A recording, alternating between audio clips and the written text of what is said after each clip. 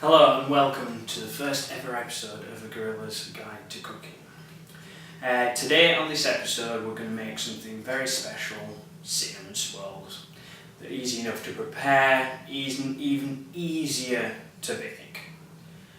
As you'll see on your screen now, I'll read them off, the list of ingredients. For the dough mix you need 375 ml of milk, 100 grams of butter, 75 grams of muscovado sugar, 650 grams of self-raising flour, and a little bit extra for dusting, a pinch of salt, 7 grams of dried yeast, and 1 medium egg.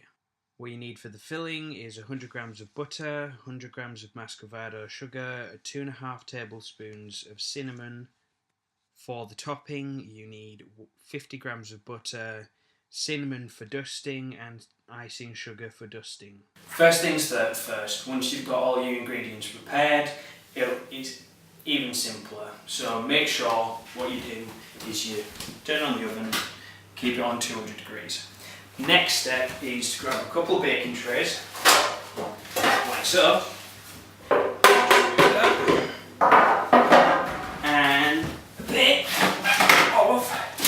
Baking parchment. Baking parchment is your best friend while obviously baking. It saves you from buttering tins, having them to get washed up. You put this down, peel it off, take it away, put it in the bin. Simple, effective, and easy. Go. So for this first bit, you need your milk in the pan, nice and hot. Pour it in. Once that gets hot, you add the butter and the sugar. You need at least 100 grams of butter and 100 grams of dark brown sugar. Preferably cut this up into cubes, whatever you need. I've just scraped them out of the pot. Simple, easy to melt. So place that in.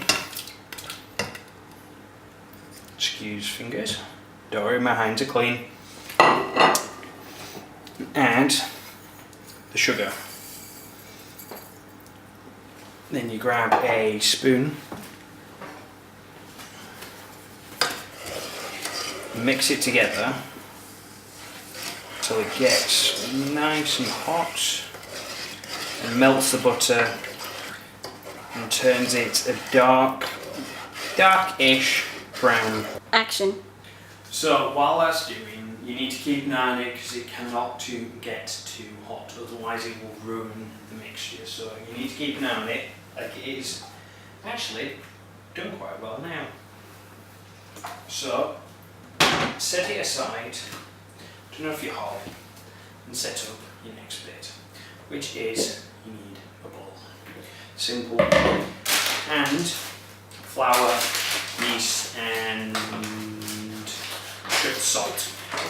So now you need at least 650 grams of flour.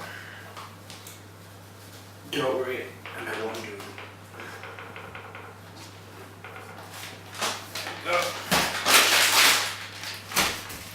Plain strong flour is the best for this. I'm using self-raising because I like mine a little bit more puffy. So you need yeast and a tiny bit of salt. 1 packet of dried yeast into the mixture.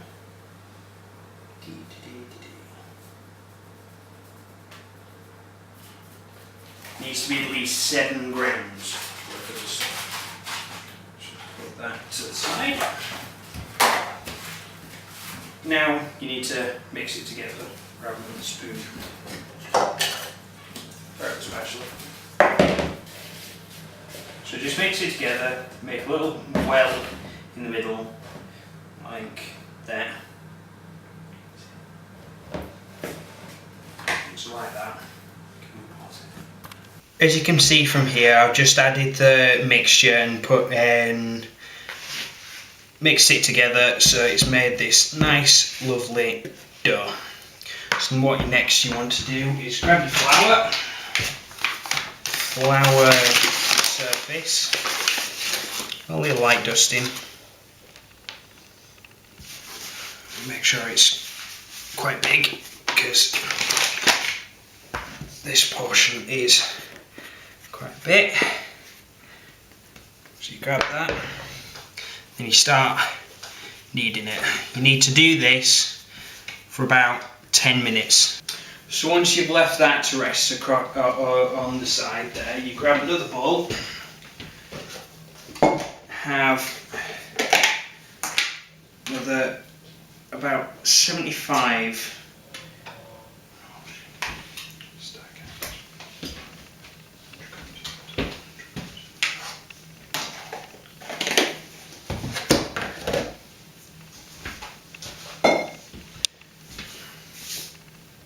So once that's off to the side, you grab your other bowl, you grab another 100 grams of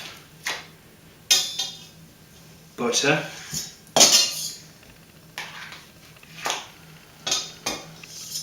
there we go. You add your other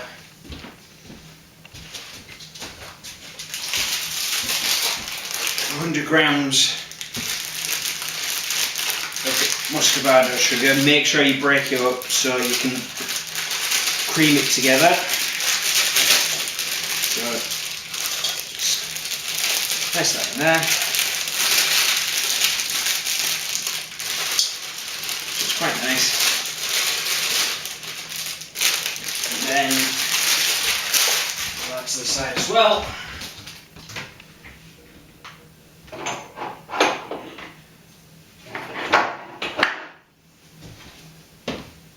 Grab your cinnamon. You need about 2.5 tablespoons of cinnamon.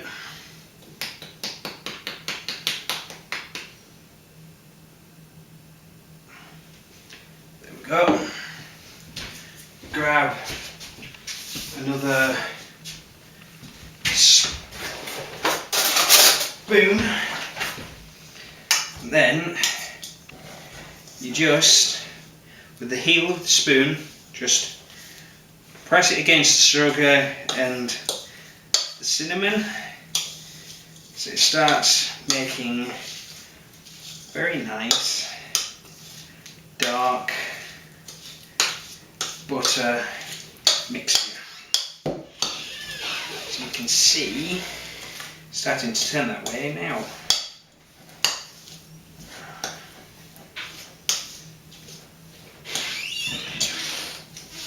As you can see, it's mostly done. There. So from there, you need to roll out your mixture. So you've got your creamed mixture of your sugar, cinnamon, muscovado sugar. It should look like that, as you can see there. You grab your dough, place it in the middle, flatten it down, then you grab your rolling pin. So you grab your rolling pin, obviously dust your rolling pin slightly so the dough mixture doesn't stick to it. A little bit on the top, a little bit extra around the edges so it doesn't stick to the table. Just start slowly kneading, or should I say rolling it out. It doesn't matter if you've got a few air pockets, it's fine. So grab your dough, still a bit thick, turn it over, start rolling it the other way. So it's nice, thin and long. You want it in length and width. Look, it's starting to stick a little bit, so I'm going to fold it over for the moment. Put a bit more flour down, and then fold it back and flip it so that it looks quite nice. So starting to look like a sort of pizza base, sort of, but that is fine. Just a bit. Whoa, there we go. So if you get some tears, it doesn't really matter. Just fold over a part of it and start kneading it back in. So now,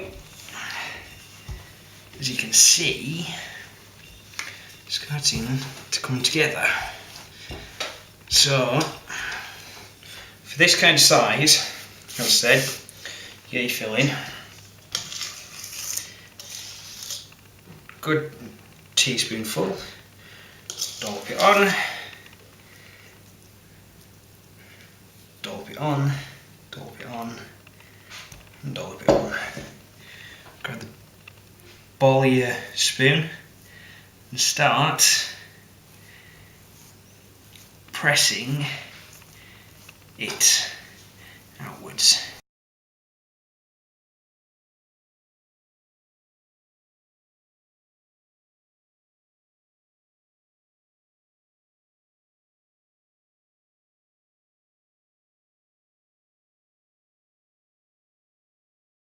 So now, as you can see, it's fully done. You grab the longest side, not the shortest. The shortest is the wrong side. So you grab your longest side, pinch, fold, pinch, fold. This is to start rolling it. Now this is the hard part, to get it even all the way across. So pull, pinch, pull, pinch. So you can see what I'm doing. Now you need to take this nice and slowly. Eventually, when you get a big enough bit, start using your hands. So it starts making quite nice and thick swirls of dough. So you grab it, turn it. Make sure you got plenty of space. Just shove that out of the way. So as you can see, it's a bit still unrolled. So you grab that, spin it over, tuck it under. So you're wanting it a fair length. So now, after you've done all this, push it in a little bit so you make it a bit fatter.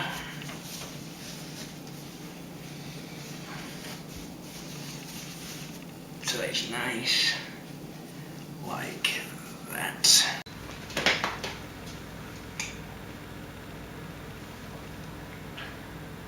You okay? Yeah, I'm fine. Right, your next job is grab your trays, the ones that you prepared earlier, put these down, and then this out of the way.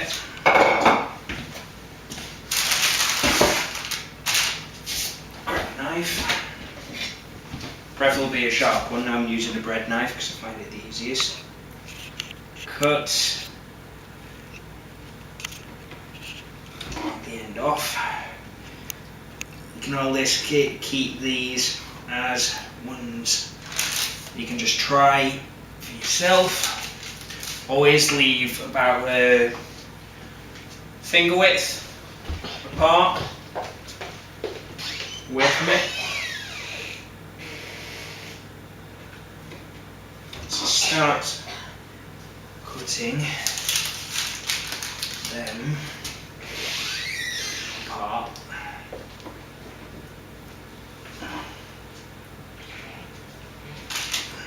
Just make sure you leave plenty of space between these ones, because these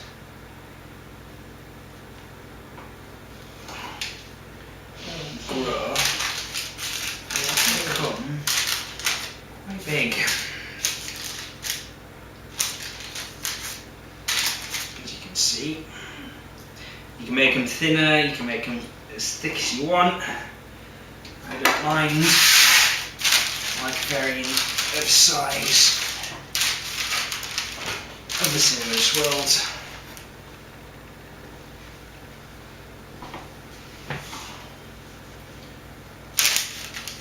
So just start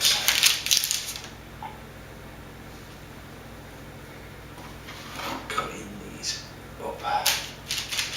With the amount of mixture you should get is about at least a good 18 to 20 cinnamon swirls. So for your topping, grab a spoon, grab some melted butter. As you can see, I prepared earlier. Grab cinnamon, place it into the butter. A little extra thing that I do, add a tiny amount of nutmeg, a little bit of icing sugar, just to make it that much sweeter. Grab a pastry brush, mix it together, then what you do, spread it across the top, and there you go. All you have to do now is place it in the oven for 12 minutes, that quick and that simple, just to make.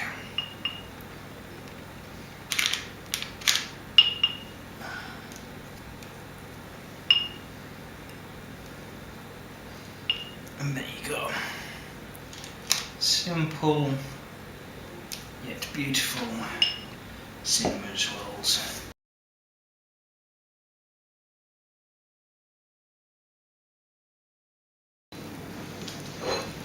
These are out of luck, so you just grab a spatula on a plate. They're ready to eat now, or in a bit. They are delicious cold. And there you have it, beautiful and simple cinnamon swirls.